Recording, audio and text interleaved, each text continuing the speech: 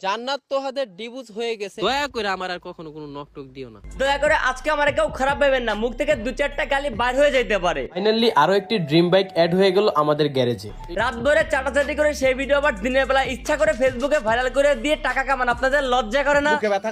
আজকে একটা content creator হিসেবে না, সাধারণ একজন মানুষ হিসাবে এদেরকে যেটা বলা দরকার সেটা আজকে আমি বলবো, প্লিজ কেউ মাইন্ড করবেন না। জান্নাত তোহাদের ডিভোর্স হয়ে গেছে, আমরা দুজন একসাথে সংসার করতেছি, কইতেছে আমাদের ডিভোর্স হয়ে গেছে। এইটা যে একটা নাটক, এইটার আপনাদের নতুন করে জানানোর কিছু নাই। আমরা জানি অলরেডি আপনারা এদের বেলায় অতিষ্ঠ হয়ে গেছেন। আমার ভালো কিছু নেই, আমার খালি দোষটাই মানুষ খোঁজে। ঘটনা হইতেছে অনেকদিন যাবত এই বেহায়ার স্বামী স্ত্রী আলোচনা আসতে পারতেছে না, যার কারণে ভিউ কম। কয়েকদিন আগে ওই যে টিকটকে আলবি এবং অনামিকা ঐশীর ডিভোর্সের কাহিনী দেখেছে, অনেকে তো এই বিষয়টা নিয়ে মাতামাতিও করেছে, তার একটা সুযোগ লাগাইছে এরা।